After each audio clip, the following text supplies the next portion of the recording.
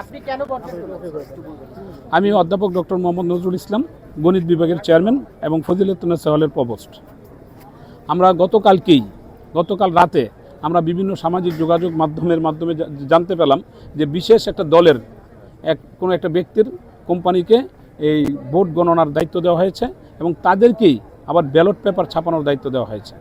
তার সম্পর্কে আমরা খোঁজ নিয়ে দেখি সে জামাতি ইসলামের কোনো এক সময় 2014 সাল পর্যন্ত সে জামাতি ইসলামের অনেক দায়িত্বে ছিলেন এবং তার ফেসবুক পোস্ট, তার বাড়ির ঠিকানা এগুলো আমরা গোয়েন্দার মাধ্যমে সংগ্রহ করে দেখতে পেরেছি। তারপরে আমরা এই অভিযোগগুলো সহ আমরা যখন নির্বাচন কমিশনের সাথে যোগাযোগ করি, কিছু শিক্ষক এবং শিক্ষার্থী এসে যোগাযোগ করি, তখন এই অভিযোগগুলো নিয়ে আলোচনা করার পর তারা বললেন যে হ্যাঁ ঠিক আছে, তাহলে এই কোম্পানির মাধ্যমে যদি আমরা ভোট গণনা করি তাহলে এটা জাতির কাছে প্রশ্নবিদ্ধ হবে। এটা মেনে নিয়ে তারা সেই ভোট গণনা মেশিনের মাধ্যমে ভোট গণনা থেকে সরে আসেন এবং তারা একটা প্রজ্ঞাপনের মাধ্যমে সবাইকে জানিয়ে দেন যে ম্যানুয়াল পদ্ধতিতে হাতে ভোট গণনা করবেন। অর্থাৎ এটা প্রতীয়মান হয়েছে তাদের কাছেই যে যেই পদ্ধতিতে এই ভোট গণনার মেশিন সংগ্রহ করা হয়েছে, যেই পদ্ধতিতে তাদেরকে ব্যালট পেপার ছাপানোর দায়িত্ব দেওয়া হয়েছে, সেই প্রক্রিয়াটা আসলে যথাযথ প্রক্রিয়া হয়নি। এবং যে ব্যক্তিকে দায়িত্বটা দেওয়া হয়েছে, আমাদের কিছু সাংবাদিক তাকে প্রশ্ন করেছিল ওই ব্যক্তিকে যে আপনার কোন প্রেস থেকে আপনারা এটা ছাপিয়েছেন, এত কনফিডেন্সিয়াল, এত আলোচিত সমালোচিত একটা জাকসু নির্বাচনের ব্যালট পেপার আপনি কোন প্রেস থেকে ছাপিয়েছেন? উনি কোনো সদুত্তর দিতে পারেননি। অর্থাৎ এটাও বুঝিয়েছেন যে উনি আসলে ওনার নিজস্ব কোনো প্রেস থেকে ছাপাননি, উনি আরেকটা সাব কন্ট্রাক্টের মাধ্যমে আরেকটা প্রেস থেকে ছাপিয়েছেন।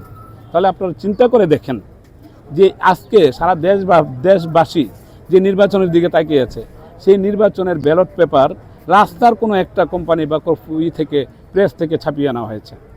আপনারা জানেন অবশ্যই উদ্দেশ্যমূলক। কোনো উদ্দেশ্য না থাকলে, হ্যাঁ, যেখানে নির্বাচনের জন্য অনেক টাকা বরাদ্দ দেওয়া হয়েছে, সেখানে 2 লাখ 5 লাখ টাকা বেশি লাগলেও একটা ভালো কোম্পানি, অথেন্টিক কোম্পানি, সরকার অনুমোদিত কোনো কোম্পানি থেকে না করে সেটা 4-5 জন কোম্পানিকে ডেকে এনে হঠাৎ করে মন গড়া একটা কোম্পানিকে দায়িত্ব দেওয়া হয়েছে।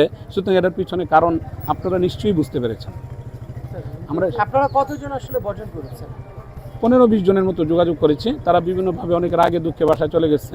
তারা হয়তো আমরা 4-3 জন আমরা এখানে মিডিয়ার সাথে কথা বলেছি। যেহেতু ছাত্রদল ইতিমধ্যে বর্জন করেছে, আপনারা শিক্ষকদেরও একটা বড় অংশ মোটামুটি এখন পর্যন্ত বর্জনের কথা আমরা শুনতে পাচ্ছি, সেই জায়গায় এই নির্বাচনের ফল ঘোষণা করলে এটা কি আর কোনো ভ্যালিডিটি থাকবে?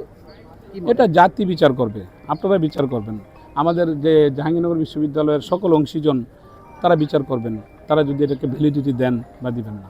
এতে আমাদের আর এরপরে তো আর আমাদের কোনো এখতিয়ার নেই বা ক্ষমতাও নেই। স্যার, এত বছর পরে এই জাকসুটা হচ্ছে, 33 বছর পর, এটা নিয়ে এত রেষারেষি বা এত এই দ্বন্দ্বটা কেন হইল? এটা রেষারেষির বিষয় না, এটা স্বচ্ছতার বিষয়। আপনি 33 বছর পর যখন আপনি নির্বাচন হলো, তাহলে আপনার বোঝা দরকার ছিল যে আমাদের জাহাঙ্গীরনগর বিশ্ববিদ্যালয়ের সাধারণ শিক্ষার্থী আসলে কি চায়, কোন প্রক্রিয়ায় নির্বাচনটা চায়, কতটুকু স্বচ্ছ নির্বাচন চায়। সেটা যদি আমি বুঝতেই না পারি, তাহলে আমি কিভাবে নির্বাচন কমিশনের দায়িত্ব পালন করছি? এই নির্বাচনগুলোকে টেস্ট কেস বলা হচ্ছে আগামী নির্বাচনে, সেক্ষেত্রে কি আমি সেটা মনে করি না।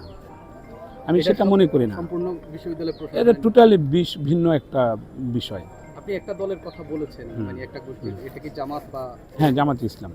অনেক ধন্যবাদ স্যার, আপনার রাজনৈতিকভাবে কোনো মতামত? হ্যাঁ, আমি জাতীয়তাবাদী শিক্ষক ফোরামের সাংগঠনিক সম্পাদক জাহাঙ্গীরনগর বিশ্ববিদ্যালয়। ক্যাম্পাসে কোনো হামলা বা কোনো আশঙ্কা করছেন এখন? না, আমি আশঙ্কা করছি না। অনেক ধন্যবাদ স্যার। ঠিক আছে।